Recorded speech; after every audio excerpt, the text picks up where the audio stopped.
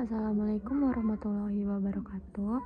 Perkenalkan, nama saya Fauziah Hertanti Semangi dengan NPM 251303474. Di sini saya sudah membuat peta persebaran lempeng tektonik di kertas A3 seperti yang ditugaskan oleh Bapak Nyokro Mukti Wijaya SPD MPD. Nah, di sini saya akan menjelaskan tentang profil lempeng, arah pergerakannya, serta fenomena apa saja yang muncul pada batas-batas lempeng tersebut. Nah, yang pertama ini ada Samudra Pasifik. Samudra Pasifik atau Lautan Teduh adalah samudra terbesar di dunia yang mencakup sekitar sepertiga luas permukaan bumi dengan luas permukaan sekitar 165.250.000 km persegi.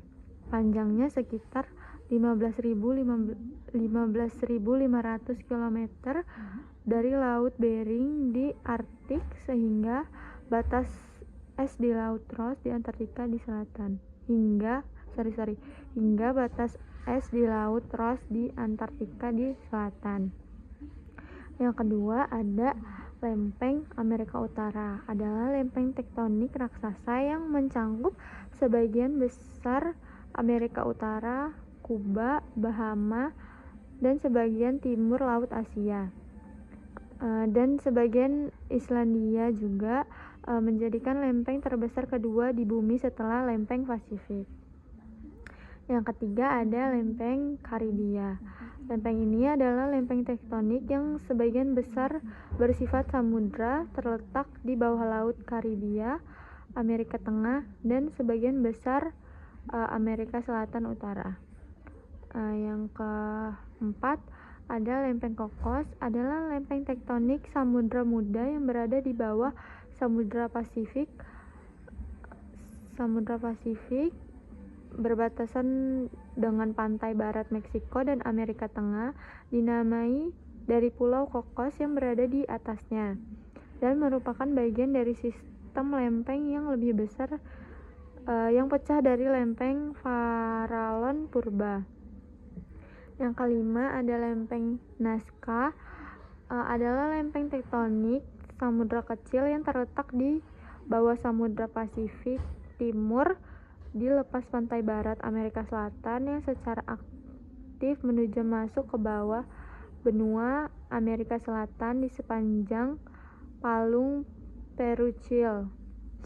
Terus yang selanjutnya itu ada lempeng Amerika Selatan.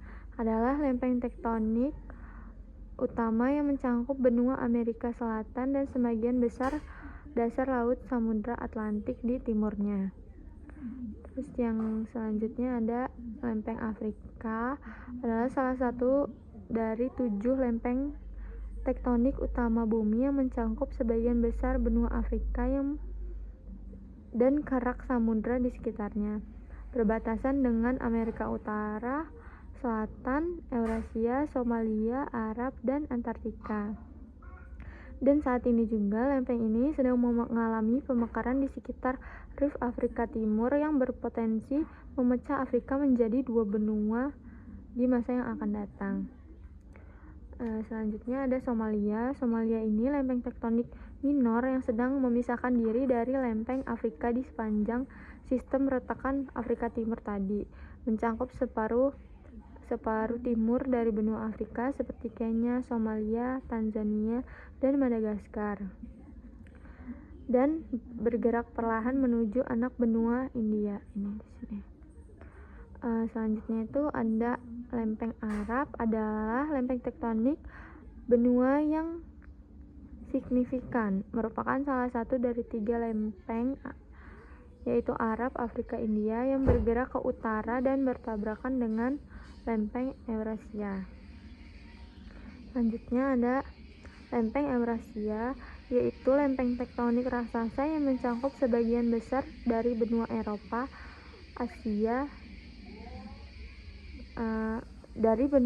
dan Asia kecuali Jazirah Arab dan benua India dan Siberia Timur, menjadikannya salah satu lempeng terbesar di dunia.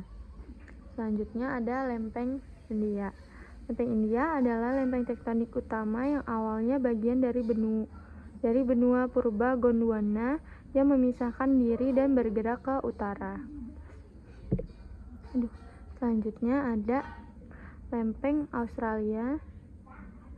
Lempeng Australia ini adalah lempeng tektonik utama yang mencangkup benua Australia dan sebagian Samudra Hindia. Bagian selatan dari lempeng Indo-Australia yang lebih besar dan terus bergerak ke utara menuju Indonesia, menyebabkan gempa bumi dan aktivitas vulkanik di wilayah tersebut. Yang terakhir ada lempeng Antartika, adalah salah satu dari 7 lempeng tektonik utama di bumi yang mencangkup seluruh benua Antartika dan sebagian besar samudra di sekitarnya, termasuk dataran tinggi Kerguelen. Ada satu yang ketinggalan. Lempeng Filipina adalah lempeng tektonik di bawah laut Filipina di sebelah timur negara Filipina. Sebagian besar dari segmen Filipina ini, termasuk Luzon bagian timur, adalah bagian dari sabuk bergerak Filipina yang secara geografis dan tektonika berada di lempeng Filipina. Nah, selanjutnya itu saya akan jelasin arah pergerakannya. Yang pertama itu ada Samudra Pasifik, lebih tepatnya itu di Judefuka sama Amerika Utara. Yang pertama itu ada Amerika Utara sama Judefuka. Ini arah pergerakannya yaitu konvergen atau saling mendekat bertabrakan yang menghasilkan pegunungan cascade seperti gunung Saint Helens. Yang kedua itu ada Amerika dan Samudra Pasifik. Arah pergerakannya yaitu transform atau bergesekan yang menghasilkan sesar San Andreas. Yang ketiga itu ada Cocos dan Caribbean. Arah pergerakannya yaitu divergen atau saling mendekat, menghasilkan aktivitas geologis seperti pegunungan Samudra Tengah atau Mid Ocean Ridge dan seafloor spreading. Yang kelima itu ada Nazca dan Amerika Selatan. Arah pergerakannya yaitu konvergen, menghasilkan pegunungan Andes dan menciptakan zona gempa bumi yang kuat serta aktivitas vulkanik di sepanjang pantai barat Amerika Selatan. Yang keenam ada Amerika Selatan dan Antartika. Arah pergerakannya yaitu divergen, menghasilkan drag passage dan pembentukan arus sirkumpular Antartika. Yang ketujuh itu di wilayah tengah Skotsia yang berada di perbatasan antara Amerika Selatan dan Antartika. Sebagian besar dari ini merupakan batas transform yang menghasilkan patahan transform. Yang ke-8 ada Amerika Selatan dan Afrika. Arah pergerakannya yaitu divergen, menghasilkan Mid Atlantic Ridge atau pemantang tengah Atlantik, aktivitas vulkanik bawah laut dan gempa bumi tektonik di zona divergen tersebut. Yang ke-9 ada Afrika dan Eurasia. Arah pergerakannya itu divergen. Di zona subduksi ini terjadi di bawah lempeng Eurasia di sepanjang wilayah Mediterania dan Alpen, menghasilkan pegunungan Alpen, aktivitas seismik dan gunung berapi di kawasan Mediterania.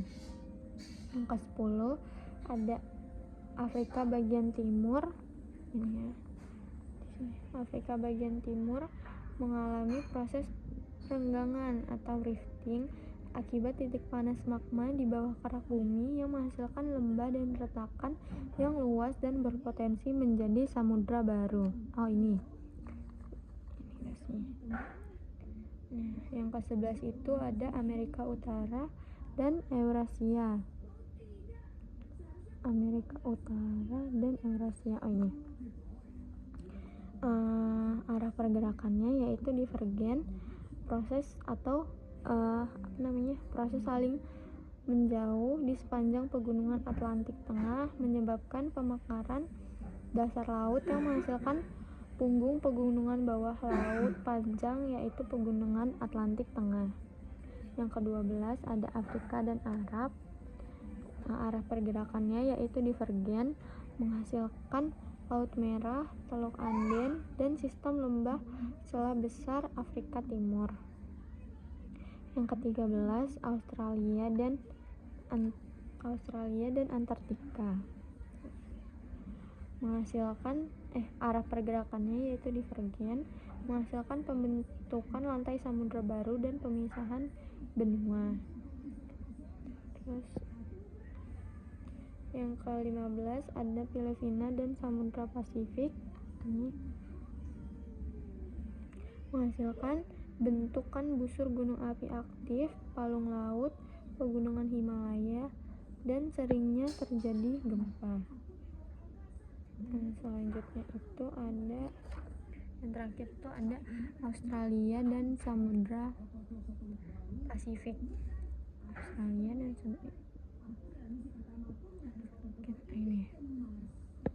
Australia dan Samudra Pasifik, arah pergerakannya yaitu konvergen, menghasilkan rangkaian pegunungan vulkanik, gempa bumi yang sering terjadi, palung laut, dan berbagai sumber daya mineral di wilayah tersebut.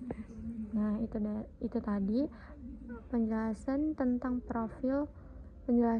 peta persebaran lempeng tektonik di dunia, mencakup profil lempeng, arah pergerakan, dan fenomena yang dihasilkan oleh setiap lempeng-lempeng tersebut. Sekian dari saya. Wassalamualaikum warahmatullahi wabarakatuh.